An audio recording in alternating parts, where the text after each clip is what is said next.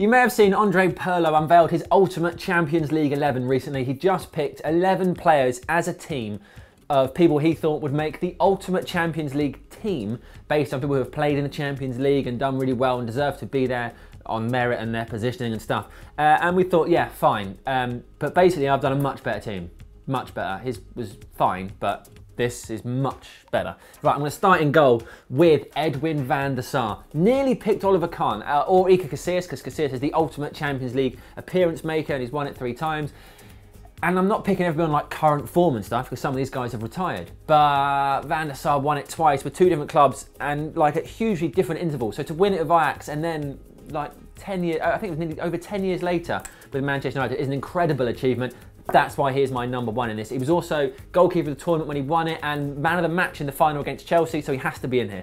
At right back, I have Philipp Lahm. He's played over 100 times in the tournament. He's played in various finals, won some, lost some.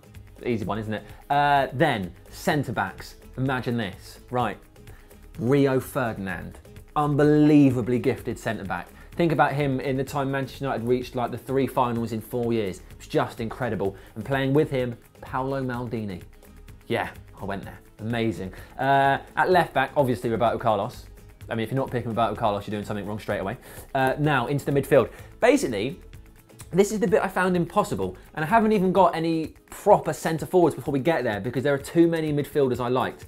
And we're looking at these people on their absolute best day, and this is just impossible. So you might not agree with me, get your team in below, but it doesn't matter who you pick, it's going to be magnificent. I think we'll all agree. So, it's a 4-3-3, starting with Xavi. Oh, Xavi. There was a time when I would just watch Barcelona just to watch him pass the ball around. It was just incredible, and playing with him is obviously Paul Scholes.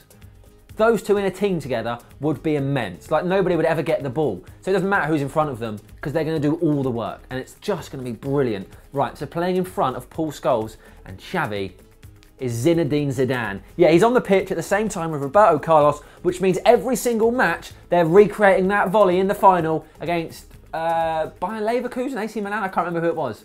That's happening though. Leverkusen, I think. Every single time that Zidane volley, because they're on the pitch. And obviously Zidane's immense, has to be there. Nearly dropped Zidane for Ryan Giggs, to be honest with you. I've changed my mind a couple of times, but I mean, I love Ryan Giggs. He scored in 16 Champions Leagues in a row. He's the 3rd ultimate appearance maker, but Zidane has to be in the team. Sorry, Ryan. So, the attacking 3 sort of picked themselves, if I'm honest. Ruud van Nistelrooy, Raul, the Brazilian Ronaldo, all people you'd want in your team. People I couldn't fit into mine because of these reasons. Playing down the right-hand side of the front 3 is Cristiano Ronaldo, the 2nd highest Champions League goal scorer of all time. At points, he will become the highest because I'm sure him and Messi will overtake each other at various times. He's just been given his 3rd Ballon d'Or. He scored 17 times in the competition last year. There's only 15 games and he missed one. 17 goals. That is absolutely mental. That's a record that will probably never be beaten. So he's obviously playing. He's not in Pirlo's team. How's it even possible? Playing on the opposite flank in the front 3, Ronaldinho has to be there.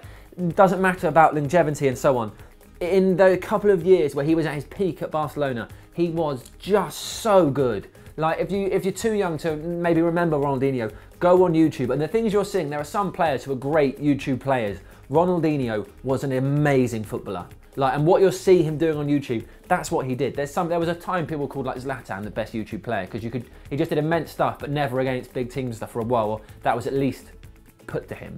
And it was just he was a YouTube player. Ronaldinho was just the best footballer on the planet and so gifted with a football, so he has to be in the team because he's the magic in this. And then playing centre forward in the front 3, but these lot can all move around, has to be Messi. He's won it 3 times. He's the current top goal scorer. You can't not play him. I would have liked to put a more traditional centre forward like Raul or Ruud van Nistelrooy, who have incredible goal scoring records in the Champions League, but you have to have those players in there. There are other people I'd like to put in here, but I just couldn't not justify these people. It's a 4-3-3. Give us your team below. I would have liked to play 3 at the back, but I mean, it's cheating, isn't it? Give us your team, get it down below. It doesn't matter who you pick, you can't get this wrong. All of these teams are beautiful. I mean, it's fantasy, isn't it? That's literally what it is. It's just fantasy. Let us know what you thought. Subscribe to FullTimeDEVILS, share the video, have a nice day.